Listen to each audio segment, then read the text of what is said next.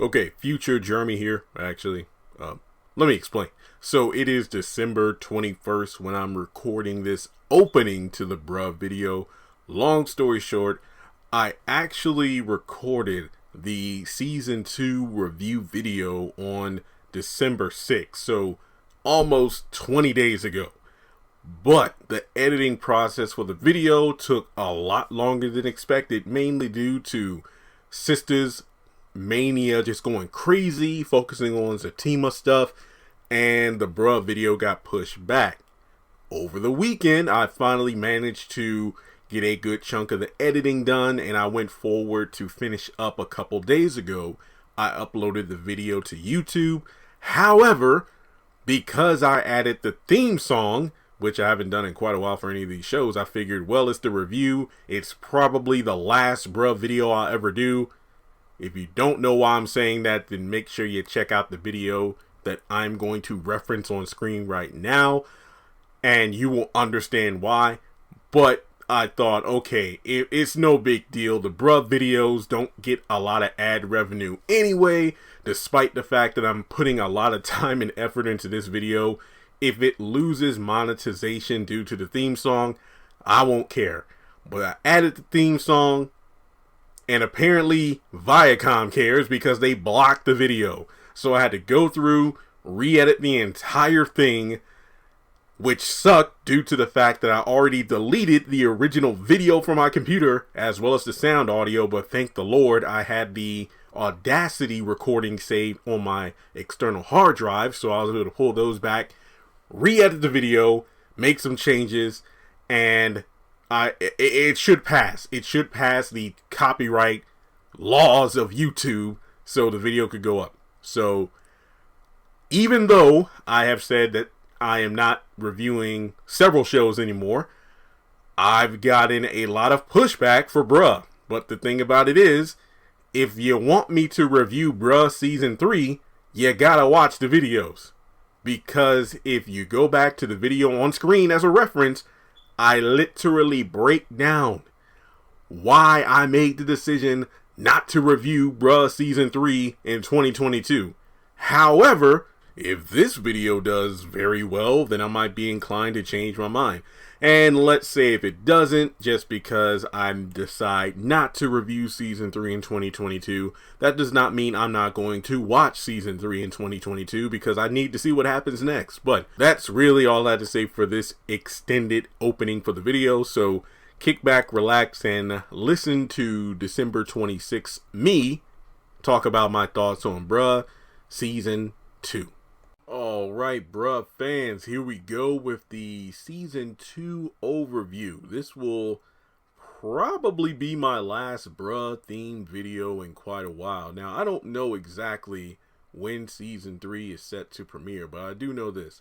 Season 1 ended on November 12th, and season 2 didn't start until May 2021. There was over a 6-month gap between the first 2 seasons. Now, will they do the same thing this time around? Possibly. And if that's the case, well, no complaints, because I think season 2 was pretty good. And I mean, better to miss the show and then have it come back than to have the show come back too quick, not allowing you to truly process season 2 as a whole. So I know there are some people who have yet to watch season 2 due to the fact that plenty of people have said, bruh is okay, but it's not a good enough show to carry the weight of me paying for BET Plus just for that show. And that's absolutely fine.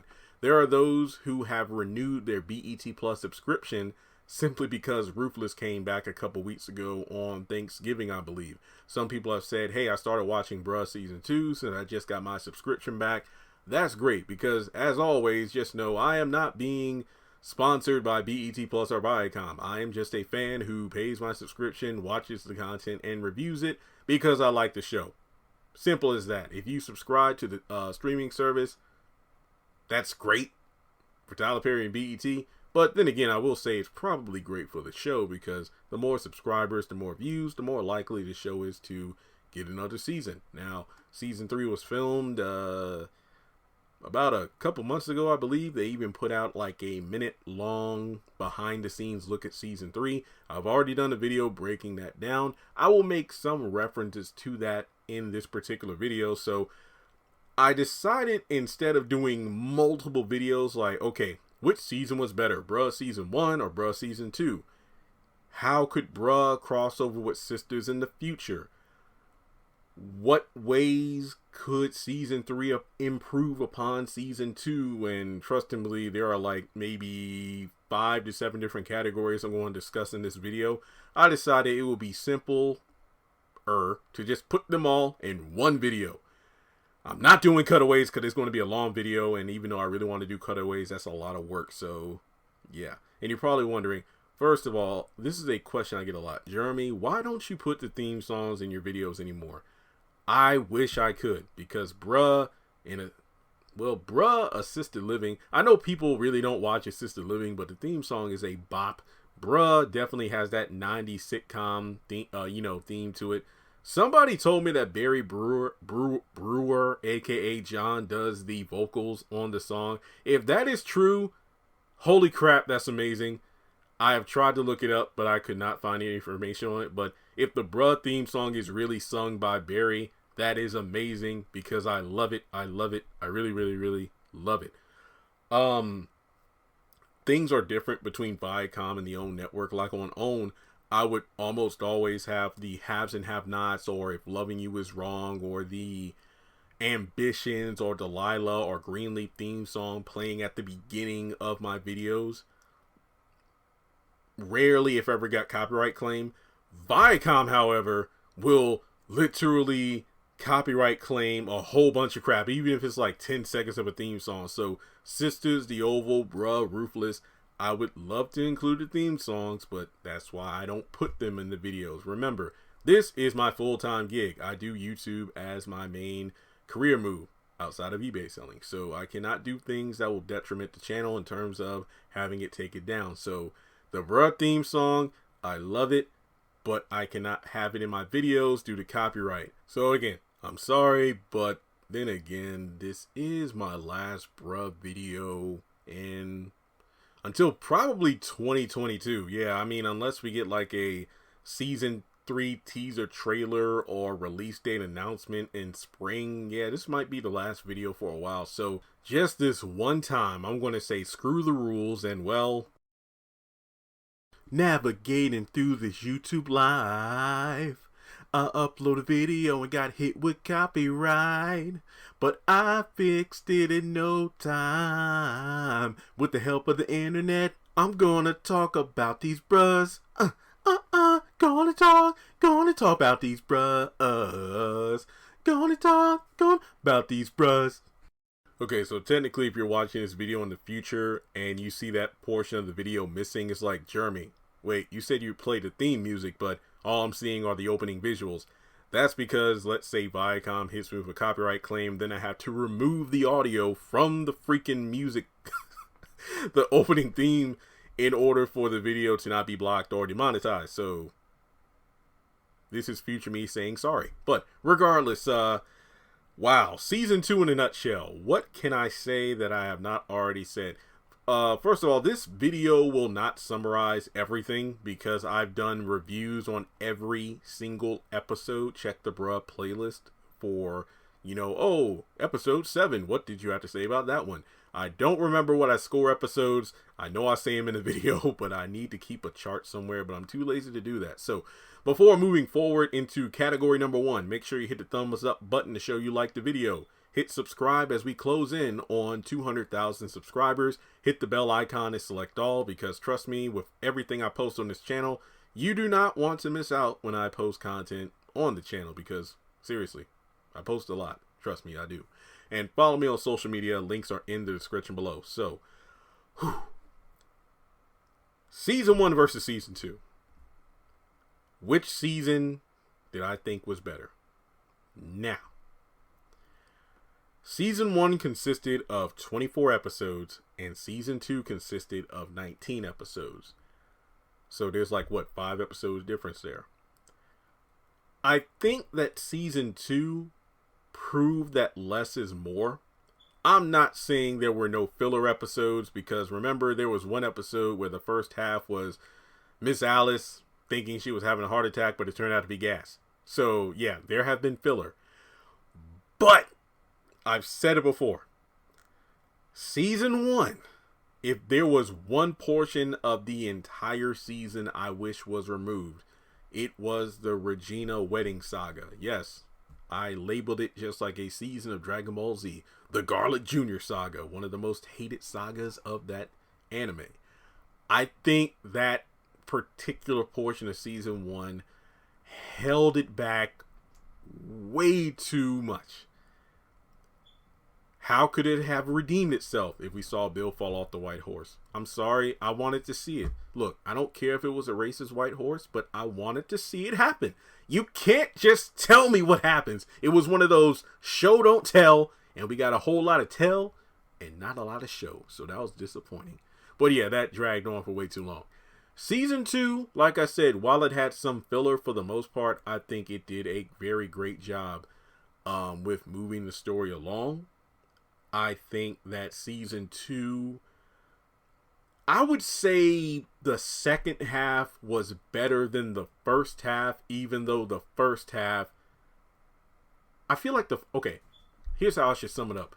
I think the first half of the season was kind of a passing of the torch moment, because of the fact that we introduced 4 new characters, I believe: Lydia, Natalie, Darla, and Greg. And I think that Tom was handing the torch over to Greg to, well, technically he's always been a bruh, but in terms of the series being one of the core bruhs, this was the exchange of power here. The first half of the season, you had Tom there, and then the back half, you had Greg. So, I think overall, this season did a fantastic job of not only introducing, but establishing new characters. And you have these new characters inserted into the story, and it worked. That's not to say season 1 didn't have great characters. It's just that some of them were not properly utilized. So, for example, I made a list of different elements of season 1 that were dropped. And I'm kind of sad about it, because some of these things were established storylines that I was hoping would make it into season 2, but they did not. So, also, if I'm not mistaken, this was the first season of the show that was filmed during the pandemic. If I remember correctly, before everything went crazy in 2020, the Oval was supposed to film season 2 first. It was some of the cast were already in Atlanta and whatnot, or getting ready to go. Then things got crazy. And then once Camp Quarantine opened up, it was Sisters, the Oval, Bruh, and then Ruthless that filmed. So, season 2, I give mad props to for feeling like season 1 in terms of the quality. I have nothing negative to say about the look and the feel of the season. Tyler Perry, when he had the quarantine bubble, Camp Quarantine in action, the man did his thing, because it felt like this season did not miss a beat. It didn't miss a step. So, there were some cast I imagine probably were not written into the season, or here's the best way to put it. It's not uncommon for shows or movies, like after the first season, after the first movie, to either recast certain characters, remove characters, and then replace them with someone else. Basically kind of have like a rotating staff, so to speak. So, with Tom, it kind of felt like the first half of the season, he was there as obviously the straight man of the group, the bruh that kept the group together. So I don't think Tom had too much of a story during the first half of the season compared to season 1, because look at it from season 1 perspective. You had Valerie, that's my boo, his boss, who was, well, let's be honest here, sexually harassing him, but then being sly about it. Wait, are you saying you want to sleep with me? No, Tom, I would never say that. But what would I have to do to get with you? And then you have the wife of the abusive cop. And season 1 ended with this woman coming over to Tom's apartment. And then there's a knock on the door. And we're like, oh, dang, is that her husband? Tom goes to the door. You expect that to be where season 2 picked up, but it did not. It turned out it was Mike and John, and off screen it's mentioned that, wait a minute, who's that woman who just came out of the apartment? And it was the woman who Tom was, helping up patch up her wounds and whatnot. However, we don't see this actress again. We just have the mention of, oh, she walked out of the room off screen, and I guess as soon as she exited the room, that also took out Tom's storyline, because his main thing, aside from keeping the bros together, Bill, please don't go to LA. Mike, you need the bros. I don't care how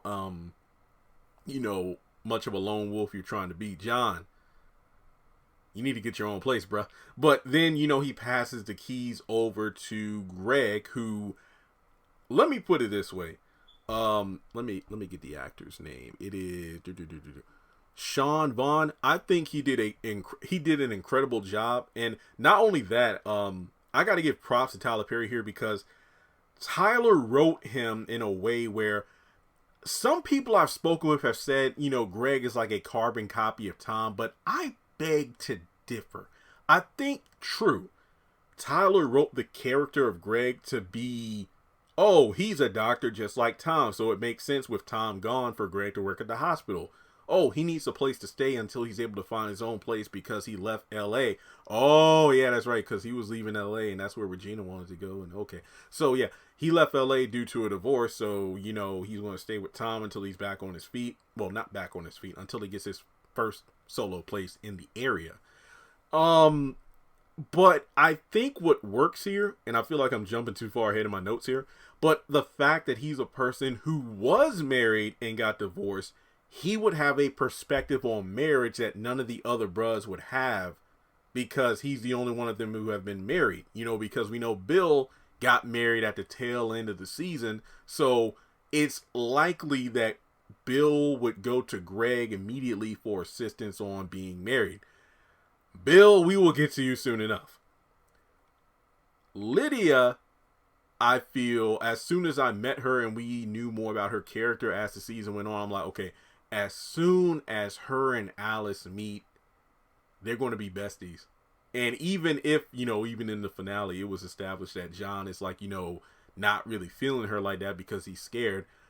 Just because Lydia and John aren't together, how much you want to bet Alice and Lydia won't still hang out together? Seriously, I mean, I could really see that happening. And it was interesting because John was taking down a character route where he was not going to call or see Charlie, who I miss, and I really wanted to see that storyline. I honestly thought they were going to do like in Grease, where Sandy is like the goody two shoes, but then turns into like a biker babe by the end of the movie, changing her whole appearance and whatnot to get Danny's attention. In a way, I thought they would kind of do the reverse of that, where you have Charlie, who's kind of like the tomboy, working in, construction and maintenance and that kind of stuff, and then have her like, dressed up, like a, stereotypical pretty woman. That's what Alice and, Laura were trying to make her do so she would get John's attention. However, it was mentioned that John wouldn't call her or hook up with her because John wanted to get on his own feet, move out of my mama's place. That was an interesting story beat for the character, because in season 1 it's like, I don't live with my mom. My mom lives with me. So, but he's finally like, you know what? I need to move out of my mom's apartment, get my own car, get my own place, stand on my own, which is interesting because at the beginning of season 1, John had a chip on his shoulder because he felt his bros owed him and they didn't, help him out by buying level 28, I believe was the name of the club. But here we have John actually trying to stand on his own, which I really admired. Then enter Lydia, who he met by being a gentleman. He shut down Mike from being rude at the bar. And, he was very apologetic. And apparently that was really attractive to Lydia. And then on top of that, you had Lydia, who didn't like that John didn't call her, because just like with Charlie, he didn't want to call or hook up with anybody because he needed to establish himself. He needed to make sure that before he was able to get into a relationship and invest in a woman, he needed to invest in himself, meaning that he had his own place to go to. So it wasn't like me and a girl hook up, we got to go back to my apartment where my mom lives at. He wants to get his own place, and that's commendable. But Lydia showed that, look, if I have to pay the way sometimes, I don't mind. I just want to get to know you, and we'll see what happens from there. I was like, holy crap. But then we get to the whole murder thing, and it's like, oh, wait. But I will say this much. Even though it was kind of played for laughs about the whole, I went for the jugular and killed my ex-boyfriend for cheating, I'm no expert in criminal justice, but if you murdered someone, not out of like self-defense, but out of vengefulness and whatnot, wouldn't she still be locked up? So perhaps, and I mean maybe, just maybe, there is more to the Lydia killing her ex-boyfriend thing that we don't know about. And then maybe if that comes to light, that could explain John and Lydia dating if they do continue to see each other in season 3.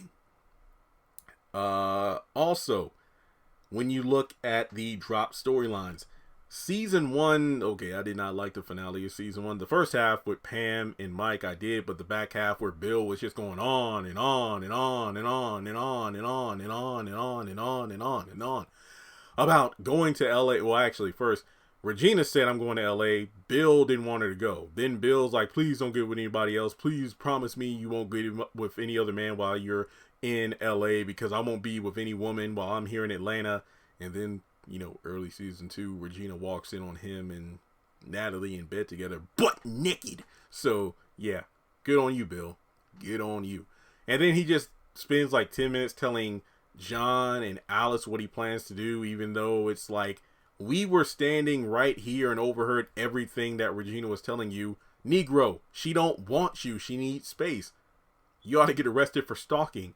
And then, the whole thing about early season 2 was Regina going to LA. Bill chasing after her, packing up everything and trying to go. And then the bros try to stop her. Enter Mike, who introduces us to Natalie, which I think was pretty funny because you got John and you got Mike who are saying, John and Tom saying, Mike, you need to get up and help us get Bill's mind straight. You need to make sure, he doesn't do anything stupid. And, Mike pretty much has the same attitude I would have had. Like, look, we tried to stop him. He broke up the wedding. We tried to tell him what's what. He decides he wants to go to LA. Bill's a grown-ass man. If he wants to do this, go ahead and let him do it. I agree. And that's not to sound like an asshole or like I don't care, but at what point do you just let somebody do what they're going to do? It's kind of like in Sisters when Danny just threw her hands up. It's like, look, if Andy wants to marry Gary, then she's a grown woman. Make her own choices. Marry him. I don't care. Because we've tried to tell her what's what. She's the one who's dealt with the abusiveness, but she still wants to marry him anyway. So let Andy do what Andy won't do. So if Bill wants to go to LA, let him go to LA. But it's funny how you got John and Tom who are pleading with Mike to do something. And then he finally does something. It's interesting because Mike's like, fine, you want me to help? Let me go help. He just so casually goes to meet Natalie, tells her, okay, the cancer thing was pretty messed up, but it was effective. He mentions the cancer thing. Natalie drops everything to go see Bill. And, well, the plan worked. So, point for Mike? Yeah. Now, another thing I want to mention, this is probably like the last thing to mention in terms of storylines that were kind of dropped. Season 1 ended with Pam just done with Mike because of the whole situation with walking in on him and Andy. I'll admit, I was pissed at Mike at the end of season 1 because he was begging and pleading for Pam to be his exclusive girlfriend in a relationship. She would be his one and only. And, he was pleading with her, hey, why don't you come to my place for dinner tonight? And, you can either make something or pick something up. So she finally agrees to do it. And what does he do? Not a few minutes later, once him and Andy start talking, he gets on the phone and says, hey, Pam, I can't really meet up tonight because I got to work late. And it's not that he called her and said, hey, I'm sorry, I got to work late. It's the way that he was so aloof about it. Like, yeah, so that I just begged you for 20 minutes to come over here and make dinner. Yeah, Mike, I just went to the store. I got everything. yeah, I gotta work late. Wait, what? Yeah, I'll talk to you later. Bye. It's like, what's that? So then she shows up anyway after, I believe, speaking with Miss Alice. And then it's funny how her and Andy clicked and double team Mike, which honestly I feel like it's a foreshadowing, or was a foreshadowing, of how Pam teamed up with Regina and literally like destroyed the Bros. Okay, trust me, I will get to Pam soon enough. But it's interesting how that season ended with Pam just pissed. We had pissed Pam at Mike. And it's like, oh yeah, you know what? I hate you. You hurt me. That's over. But then the first time we see Pam in this season, she's drunk. And the scene that had me laughing for multiple weeks, and I'm still laughing to this day at.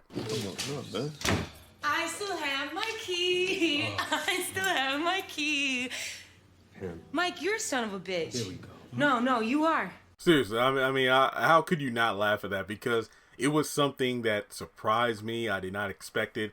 But regardless, this season you had Pam, who was kind of throwing herself at Mike, and you could argue, well, Jeremy, she was drunk. But I feel like there was kind of a gap missing there. You know, like, I really wish we would have explored that more, of maybe Mike being depressed and isolating himself about blowing things with Pam, and then Pam either dating other guys or, you know, just out of anger, because it's like I expose my vulnerability to Mike about how my past relationship with men have been detrimental to me, and that's why I've been more of a free spirit as opposed to a committed female in a relationship.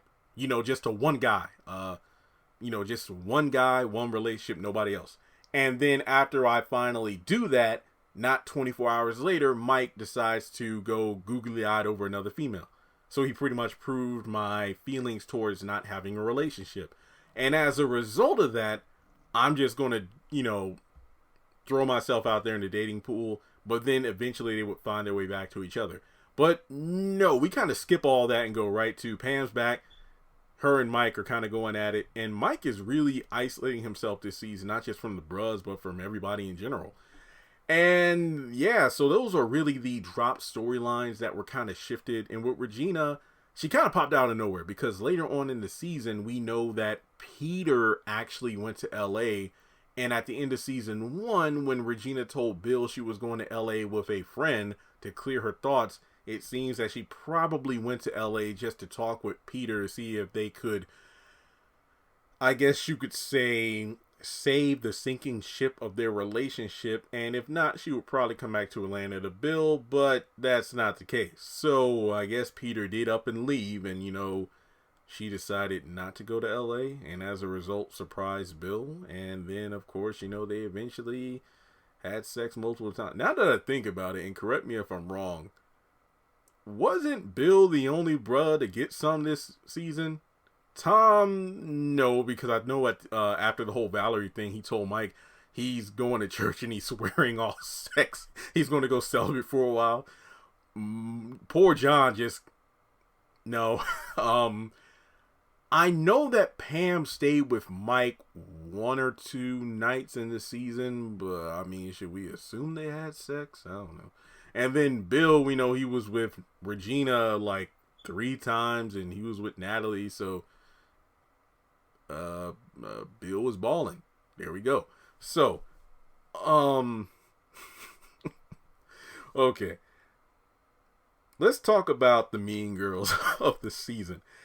Let me say straight up, Pam was the MVP. I feel like if I had to pick a favorite character of the season, I think Pam, because Alyssa, I feel like I think that her character and her acting had the most range of the season.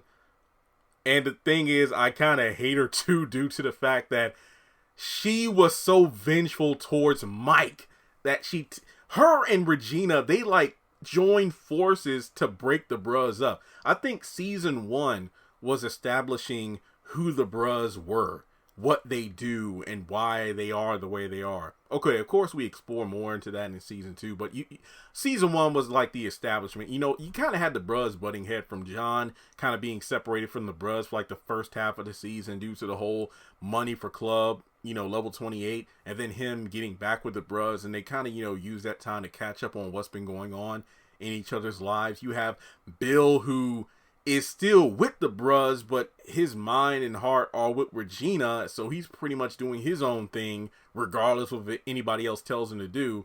Then Mike and Tom are both dealing with their own women's situations, but that didn't isolate them from the bros. So you get to season 2 where Pam and Regina are just tired of the crap that men put them through. And it's like they set up all these elaborate traps and schemes to break the bros apart. Seriously, go back and watch the first half of season 2. You will see that these women were destroying the bros from the inside out. You got poor Tom, who's trying to keep the bros together, and then he gets thrown into the mix because, if I'm not mistaken, Pam was orchestrating a plan with Regina to put Bill in a compromising position to prove whether or not he's faithful. And then you have that being the catalyst for Mike wanting to get into it with Bill. Then Pam goes over to the hospital to talk with Tom about the Mike situation and the Bill kiss. And then Tom's like, look, come over to my place later tonight. We'll squash this because this is ridiculous. It's childish. We'll just have a conversation like grown adults and clear the air. And what does Pam do? She goes to the back and comes out in Tom's robe. And that triggers Mike. And it's like, it's on at that point. So then after that, you have her, yeah, that's it. I think it was just Tom and Bill. Huh.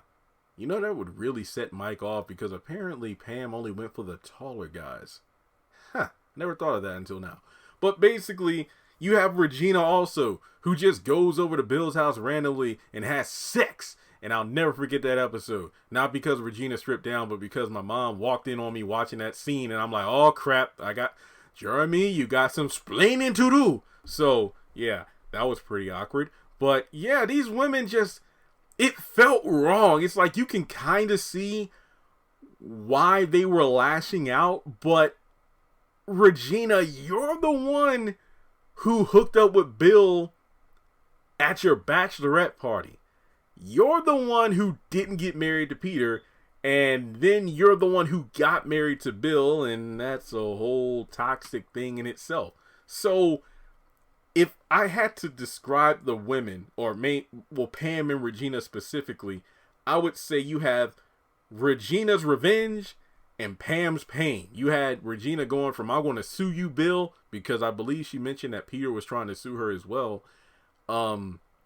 About the wedding and everything. And then you have Pam's pain because she went from being drunk to being, I just hated it because one minute she's so adorable. Tom, can you help me out? Just look, here's everything I'm going through with Mike and everything. Sure, Pam, come over to the house. We'll take care of it. And then she threw Tom in this mess. Then the next minute, her and Regina are looking down the guys. They were roasting. Oh yeah, I remember that episode. She and Regina were roasting the guys like they were hot dogs on the grill at the 4th of July parade cookout. They were just like, they didn't ask for this. They didn't deserve. Hey, if you're mad at Mike, be mad at Mike. But why you gotta talk to the bros like that? This is sad. So from there, we get the backstory, and that's the one thing I will say about season 2. They did a great job with really bridging the gap between the seasons. For example, some people have told me they felt Mike's cocaine addiction or basically drug use came out of nowhere. I beg to differ because if you look at some of the things he did in season 1, at first glance, you would just think he has a drinking problem because there have been several times he got drunk and then did stupid ass things, ruining Pam's dates and whatnot, being, aggressive, possibly having, Napoleon or Vegeta complex, short man being very angry at the world. But, no, some of his tendencies were like, just small little nods to possible drug usage. I don't want to say addiction, but usage. And from there, you also had Pam revealing how somebody from her past really hurt her. And then you have the episode where she reveals it was her father who she found dead when she was a child. And that really traumatized her towards, men close to her and people in general who use drugs. So I just love the way that worked out, how you have Pam who refuses to leave Mike's side due to the fact that she's experienced a loved one who dealt with drug usage and saw what happened to them, and she doesn't want the same thing to happen to Mike. So if I didn't see the behind the scenes promo for season 3, I would be so happy right now, because I know Mike is trying to do better, but we do know that eventually, sadly, it's going to get a lot worse for him. Also, I just love the fact that even though this is a bruh series, there's kind of a, a women's group, if you will, where you have Natalie's yoga studio, and that's a meetup place for, like, Natalie, Regina, and Pam. So I thought that was pretty cool. But you know how in Sisters, in my reviews, I say no man should ever go to the grocery store in that show, whether it be Aaron or Zach, or season 1 when it was Danny's ex.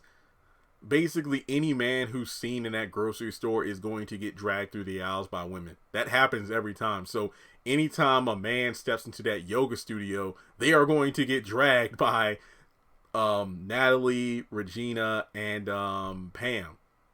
I think Mike was the first one to not get dragged, but that's only because he went there alone to meet up with Natalie in the first place. But even then, he was like, hey, Bill got cancer, go see him. That was pretty much it.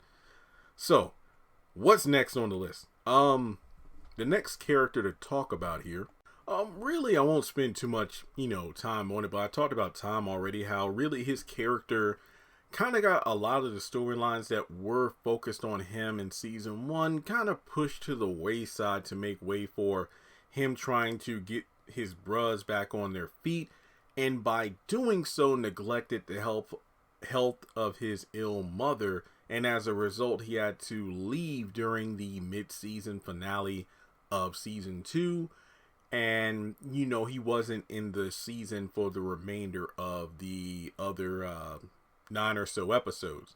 We do know that from behind the scenes season 3 scenes from the video that Tyler Perry Studios posted, Tom will be back. So Tom is coming back. I just don't know when in season 3 he's going to come back. But I think that going back to what I said earlier, Greg did such a great job coming in to really fill in the missing gap that Tom had filled up until that point. I really want to praise one thing about the show that I really liked, and that being the self-awareness factor. You know me, whenever there's something in an episode I don't like, or I feel like that's a bit too forced, or that was filler, or this or that, I will let you know. But I like how Greg felt like a stand-in for myself, because there were many times where Greg would be talking with Miss Alice or talking to John. It's like, hey, Miss Alice, no disrespect, or John, come on now, get to the point of what you're trying to say, because I don't have time for this side quest. I'm on borrowed time right now to get from point A to point B. So I just like the fact that he cut through the filler and went directly for what he wanted. Now, in more ways than one, that could be a negative thing, as when he rushed things too quickly with Darla, but we will get to that in a moment.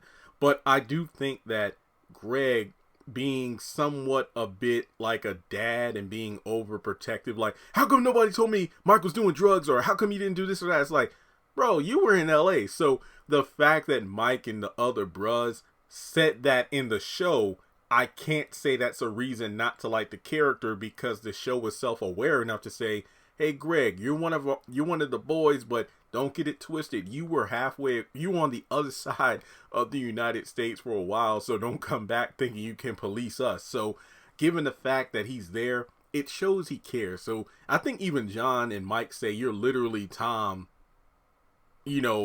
overly concerned and whatnot. He even says, like, yeah, because I care about you all. So I don't have a problem with Greg. I think he did a great job coming into the fold. I can't wait to see what the dynamic's going to be once Tom comes back. So look, even though I don't think Valerie's in season 3, I think it would have been interesting if Valerie was in season 3, and to see if Greg, tried to talk with her the same way he tried to talk with Pam before when they first met. But then it's like, oh, wait, okay, never mind, I can't do that. So what if, let's say Tom tried to stop him from doing so? Hey, watch out for that one, because it seemed at the ending of season 1 that these two were kind of maybe going to be a thing, but then they weren't. So, but then the character's gone, so I really can't, harp on it too much. But I think Greg was a fine addition to the cast.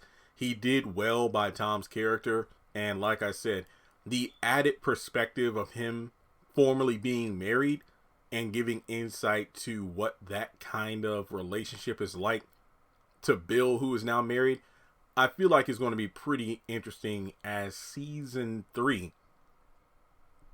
Oh, I can't say continues because it hasn't started yet. Once season 3 is on BET Plus. There we go. Let's see. So that's Tom and part of Greg, because I'll talk about Darla in a moment. Bill, I feel like part of me was still frustrated with the character, but it's like, I think that one of the things about Bruh, in a way, and this could be said of Sisters to an extent, sometimes I feel like there's a tonal confusion where it's like the show is confused on what it wants to be. One moment things can be serious, the next they can be comedic or played up for a laughs, when it's like, well, you know, you got Bill who had this amazing moment in, I believe, the mid-season finale where him and Natalie have a sit down.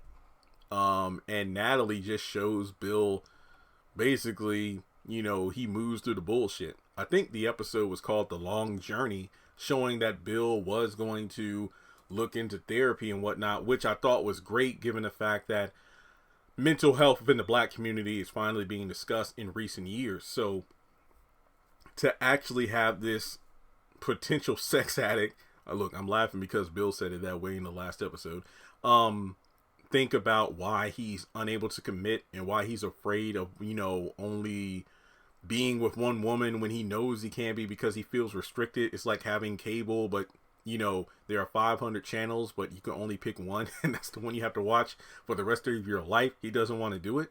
And I thought they were really going to do more with that, but instead it felt more like they focused on the Bill.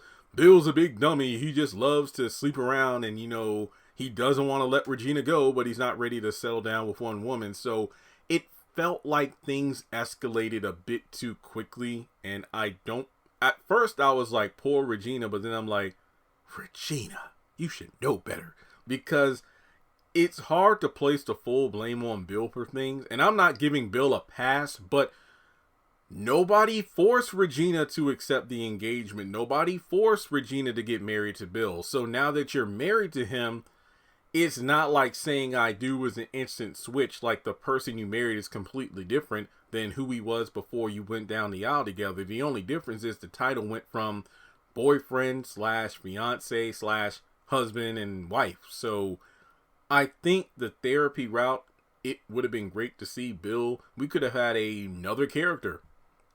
I'm not saying we had to see every single one of Bill's therapy sessions, but I think it would have been an interesting route for the character to see him kind of tone down a bit, because he was, you know, we were seeing the development of his therapy sessions.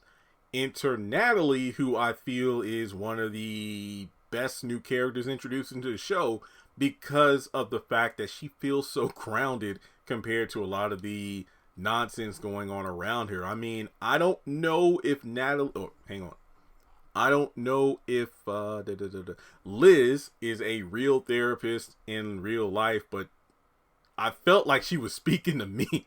It felt like whenever she was speaking to Bill and then she was speaking with Mike towards the end of the season, it felt like, dang, I mean, I'm sitting in my chair, I'm sitting on my bed watching Bruh, but yet I feel like I'm on the psychiatrist couch right now. Like, go ahead, talk to me. I feel like Natalie could be in multiple Tyler Perry shows. Like, she could be oh, wait, hang on. No. I got the crossover section at the bottom of my notes here. I will get there when I get there. But I feel like Natalie could pop up and just talk to different characters in different shows, and it would be so soothing. I don't know why, but I just feel that.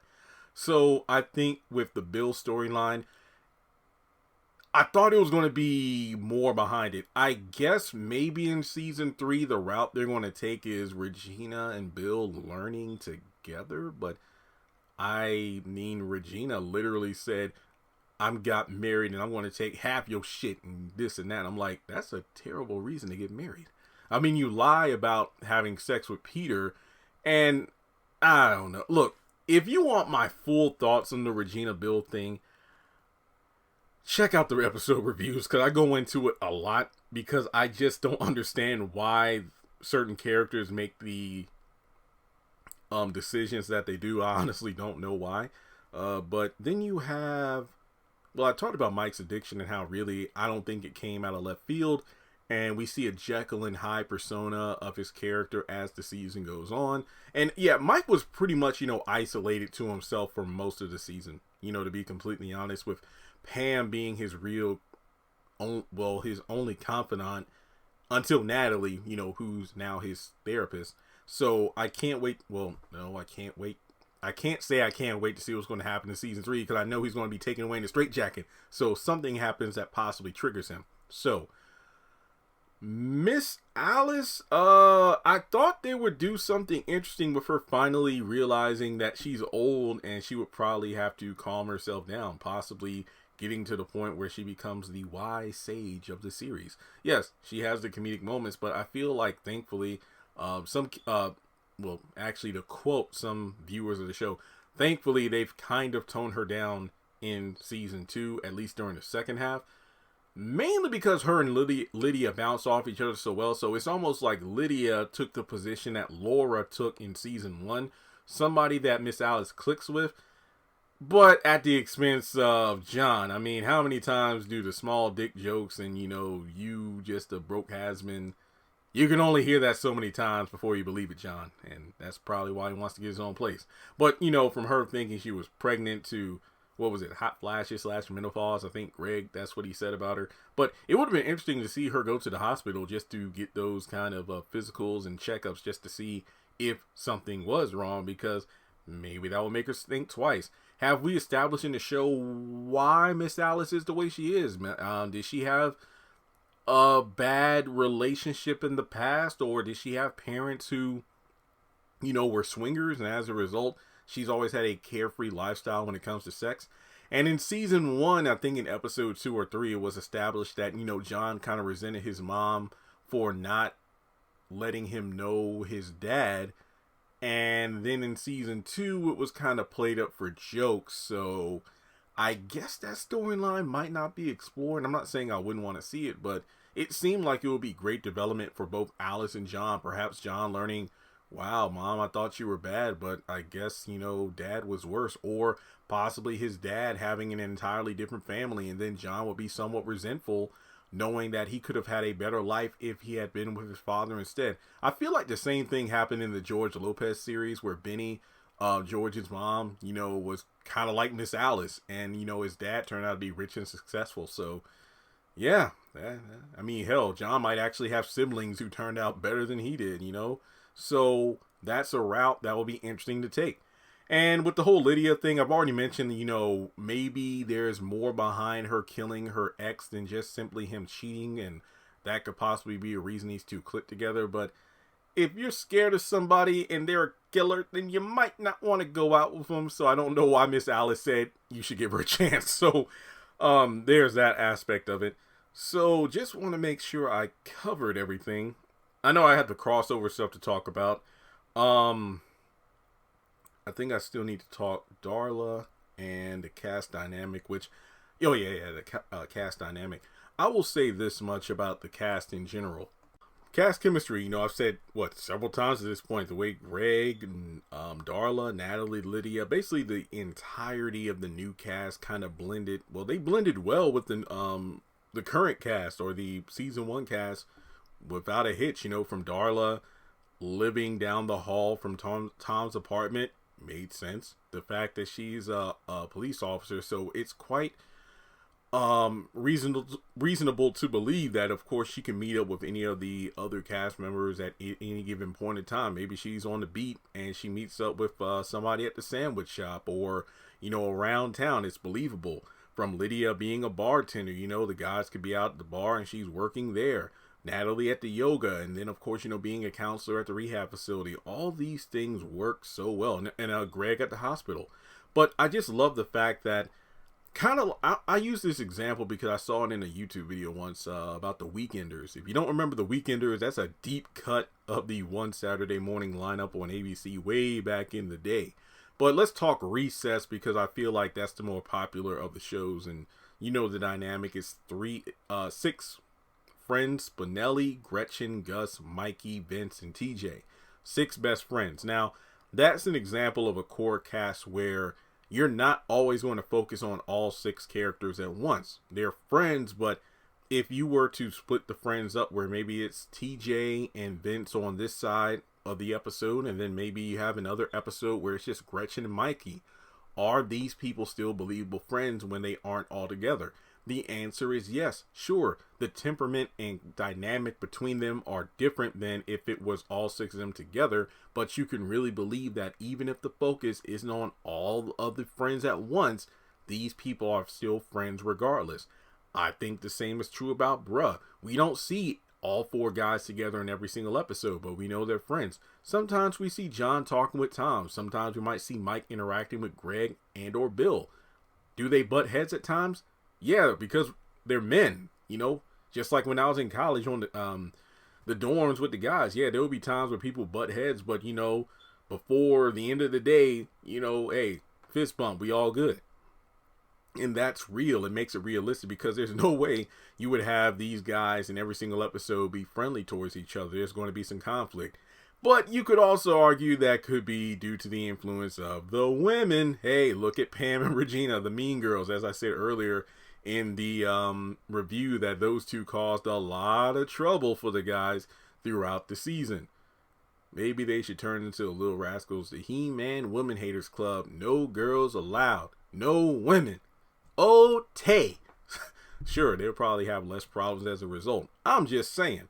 But when it comes down to it, I think the cast are very believable in terms of when they're mad at each other, when they're cool with each other, and everything else in between.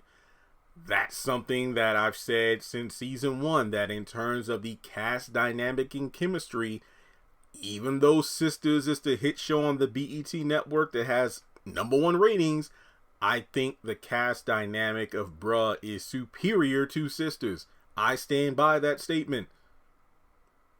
I do. So, hey, if you disagree, let me know in the comment section below why. You don't have to agree with everything I say. I'm just here to summarize stuff. But I think that even though it was only like a minute long, that behind the scenes look at season 3 made me appreciate the show even more, because to see how hands-on not just Tyler Perry but everybody else behind the scenes is with the cast of the various shows, I was like, holy crap, I didn't know when they filmed. Look, I've never been to a television studio before. I don't know all the ins and outs. I know when I was a communications major, I went to one specific part of Liberty University that had where they filmed the like weekly news there, and I was able to sit in front of a camera, but it wasn't like the director and everything was there. They were explaining things, but I didn't see how everything worked. And we did have a cinematic arts department, but I was there when they first got it there, so we didn't have cameras and everything. It was just literally the director from Hollywood, who I forget his name, but he was teaching all the classes by himself. He stood in front of a giant whiteboard with a dry eraser marker, and we looked at scenes from various movies throughout the semester. So I have never had the hands-on or just the visuals of standing in front of the magic of Hollywood. So to actually see how close Tyler is, I actually now know when people say, Jeremy, some of the actors say, like, you know, they have like what do they call them? Earpieces or something, headphones, where basically not headphones, but they have like a something in their ear where sometimes Tyler feeds them lines, and to see how close Tyler is when they film it, I'm like, now it makes sense. It's like somebody took away the curtain in The Wizard of Oz, and I see the man's, you know, like, pay no attention to the man behind the curtain. That's literally what happened. And so I really appreciate the show more as a result of that. So, to talk about some of the different themes that the show explores, you know, from season 1, you had, and this is one thing I like to talk about, the fact that the show tackles real world things. Like, for example, Mike's addiction. You know, the fact that he said he started doing drugs when he was getting stressed because he was falling behind at work as a lawyer, you know, especially being stressful. Him, Hayden, and Andy, not counting Fatima because she's a secretary / lawyer in training. There's only 3 black people in the law firm, and being black in the company, and, you know, of course, being one of the few black people in the company, the expectations are higher. So that, combined with the stress that comes with being in that field, our career field, you could see why Mike started his addiction. Tom in season 1, Valerie with the Me Too movement, making accusations of sexual harassment. Then, of course, him dealing with potential harassment from his boss in the workplace. Bill is I'm not trying to hate on Bill. It's just like his story can be summed up as the man who didn't appreciate a good woman when he had her and doesn't want her gone. That's pretty much it, because I wonder if Regina never told Bill that she was getting married to Peter, if he would have even interfered in the wedding, you know? I don't know. John is the example of, well, falsely accused and being incarcerated, and as a result ruining his professional career and his life, and he's just trying to make ends meet. He's the guy with a heart of gold that still lives with his mama. And then you have Greg, who is the person who's been divorced. So again, that's real. And it's like, he's trying to live again. You know, it's like, you know, oh, I had the high school, college sweetheart. We were supposed to be together forever. But in the midst of it, we just learned that we really weren't that similar. The communication between us, we didn't really sync up. Everybody saw us as the gold standard of relationships, but behind the scenes, they didn't see how badly things were tarnished. So I think one thing that may have helped, and who knows, perhaps in season 3, Greg's ex-wife might come up, and we might be introduced to her as a character and get some more insight, because we really only have Greg's side of the story. That's not to say he's lying, but you just never know. And let's say Greg and Darla start to get close, and then his ex-wife shows up. That could be an interesting way of causing some conflict. And then, of course, when it comes to Darla and Greg, it's the, you know, what happens when somebody finds out that the person they are dating is a trans person. Do they, you know, run away and discuss, or do they decide to get to know the person for who they are instead of being freaked out by, quote unquote, what they are? Remember, they're a person underneath the physical body. So that's the one thing about the Darla storyline, where you have Greg, who really, and I don't blame Darla. I mean, at the end of finale, she talked about how she doesn't like to rush things. Well, actually, that's kind of her theme throughout the season, where when her and Greg first meet up, it's the fact that Greg seems to be moving way too fast. She's like, look, I don't jump in bed with you, I don't want to jump in bed with you, Greg, right away, because I never just, you know, have sex on the first date. I want to get to know you. And then when she found out Greg just got divorced, like, wow, I really feel like the rebound here. And Greg's like, no. It's like, you're not the rebound. I just really like you. So this is one of those things where it's an interesting dynamic between Darla and Greg, because of the fact that maybe he's going to learn the importance of slowing things down, and instead of just hopping into bed with somebody, you want to get to know them first. Because that is interesting, because they were in a lot of episodes together, but when you really start to think about it, there really wasn't that much time for Darla and Greg to get to know each other, because as he said, I fell for you fast, and then tried to blame. He's like, look, you should let somebody know who you really are before they fall for you, which in itself sounds like a reasonable request, but when you think about it a little bit more, it doesn't really work, because you are not responsible for how someone feels about you. Like, that's why they say love at first sight. Some people believe it, some people don't. Like, for example, let's say you walk into Walmart. Look, maybe Walmart isn't the best example. Let's say you walk into Target.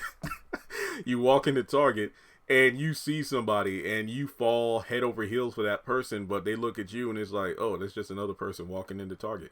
You know, so that person who just saw you as another person, you know, that they don't fall for immediately, you can't blame them for, hey, you made me fall for you too fast and I don't even know you. That's your fault, man. It's like, hey, it doesn't work that way. But Darla was introduced in episode 1. Yeah, because she was, she met Tom, Mike, and John at the same time in regards to, you know, car break-ins and whatnot in the area. And from there, introduced herself as somebody who lived down the hallway. I think Mike took her business card. And for people wondering, Jeremy, if John met Darla at the beginning of season 2, why wasn't it until the cliffhanger ending of the penultimate episode where he pulled up the photo saying, wait a minute, Darren? That's somebody I went to school with. I don't think Greg's on a date with the person that he thinks he's on a date with. I will say that if you go back to that first interaction, you know, John was trying to comedically avoid interacting with the police at all costs. So I don't have a problem with that. I think continuity wise, it makes sense because John really wasn't trying to be all up in Darla's face because she was a cop. Like, no, I ain't talking to the popo. I don't know nothing. We don't know nothing. So that makes sense. But then it's like, well, John met Darla at the apartment, so he act like it was their first time meeting. Yet again, he really didn't interact with her much in the first episode, so it does make sense. Yes, even I am lenient sometimes on my continuity because if you look at the context, it does make sense why he didn't recognize Darla as, is it Daryl or Darren, in their first encounter? Because again, what was it called? I Love LA, episode 1. Check it out. There's the scene where they meet each other. But yeah, I'm just interested to see where that dynamic's going. You know, Greg kind of came around in the end saying, you know, hey, let's discuss this over dinner. Because thankfully, when he found out at the beginning of the finale, he pretty much, you know, reacted shocked and appalled. But then when Darla came back to the apartment the next day, they were able to talk like mature adults. And yeah, you know, like you said, I got to go to work, but I get off at 7, come back later tonight so we can finish the discussion. So yeah, that will be an interesting thing to explore in season 3. So overall, yeah, we're covering some major themes in this show. Like, don't sleep on Bruh, guys. I know if you don't want to shell out the cash to watch it on BET Plus, but then you get BET Plus back to watch like Ruthless, it's a great show to binge. I do wish, well then again, let me put it this way. Do I have hopes for season 3? Yes.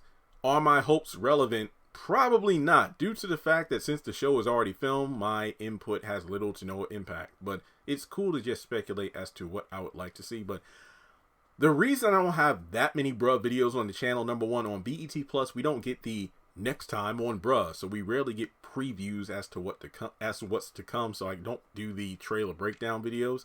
This season, however, we have had the little snippets of, you know, you know, Mike going to rehab, Bill getting married to Regina. So they're kind of like mashup previews where it's like 3 to 4 upcoming episode scenes put into one like 30-second promo.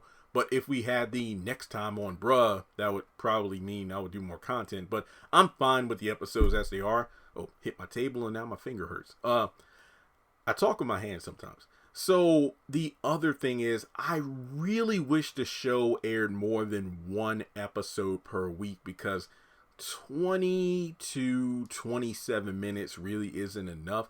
I think that 2 episodes a week would be great. Would I want the entire season uploaded at once? I would not be against that, but I don't want to be greedy too, because I understand Tyler Perry and BET Plus have to spread this stuff out. So I would say, yeah, at the bare minimum, if we had more than 1 episode a week, I would be satisfied. Just saying.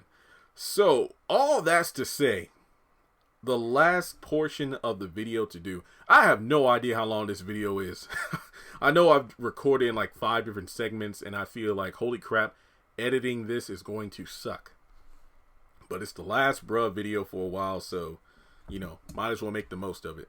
Okay, well, I believe the last thing to talk about, as I mentioned before, was the potential crossover ideas. Now, In season 1, the only real crossovers between Sisters and Bruh was Andy's appearance in about 2 to 4 episodes, and Bellamy even showed up at one point. However, in Sisters, we've never seen a Bruh character on the show, only a mention of Mike in passing between Andy and Fatima, but that was it. So I'm not saying that these shows shouldn't cross over, which I would love for them to do so, of course, because you know me, I'm a sucker for crossovers. But I think that it's understandable that despite this being a spinoff of Sisters, Tyler wrote the show to be its own thing, and for that, I can't be mad. Like I said before, I would love crossovers, because think of it this way. We know that Club Eaton and the girls on Sisters will be going to Club Eaton soon, meaning that All the Queen's Men takes place in the same continuity as Sisters. Meaning that Sisters, All the Queen's Men, and Bruh all take place in the same universe. But this is something that kind of irked me at the beginning of season 2 of Bruh, when you had the nod to George Floyd in reference to cops and, you know, having neck placed on the back of a black man's neck. I mean, knee placed on the back of a black man's neck.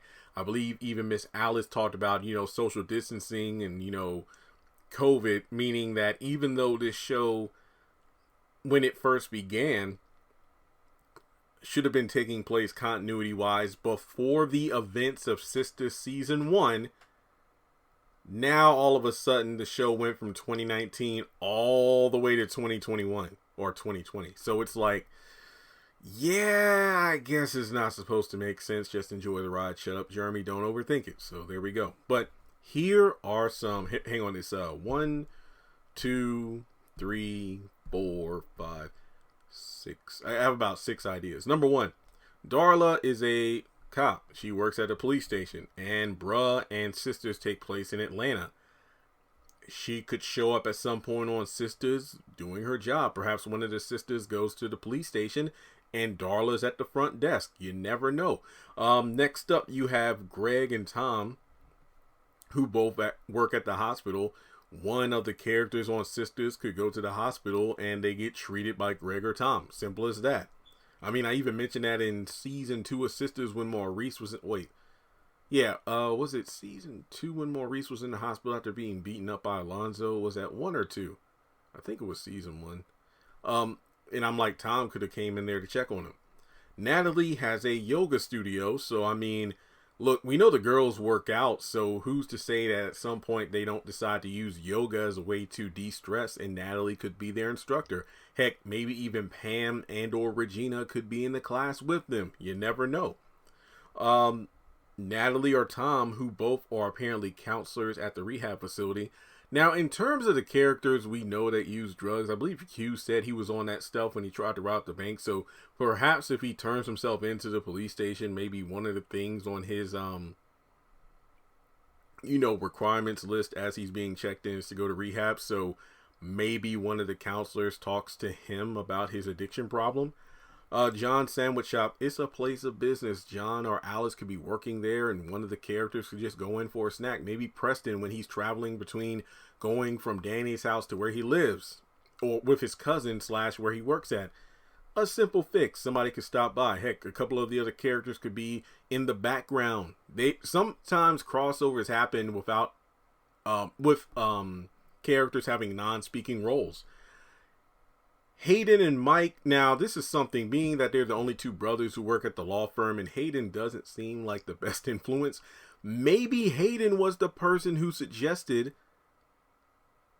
that perhaps Mike should, get a pick-me-up because he isn't doing too well at his job. He's falling behind. So perhaps that's how Hayden and Mike first linked up, where Mike decided to do drugs to kind of catch up.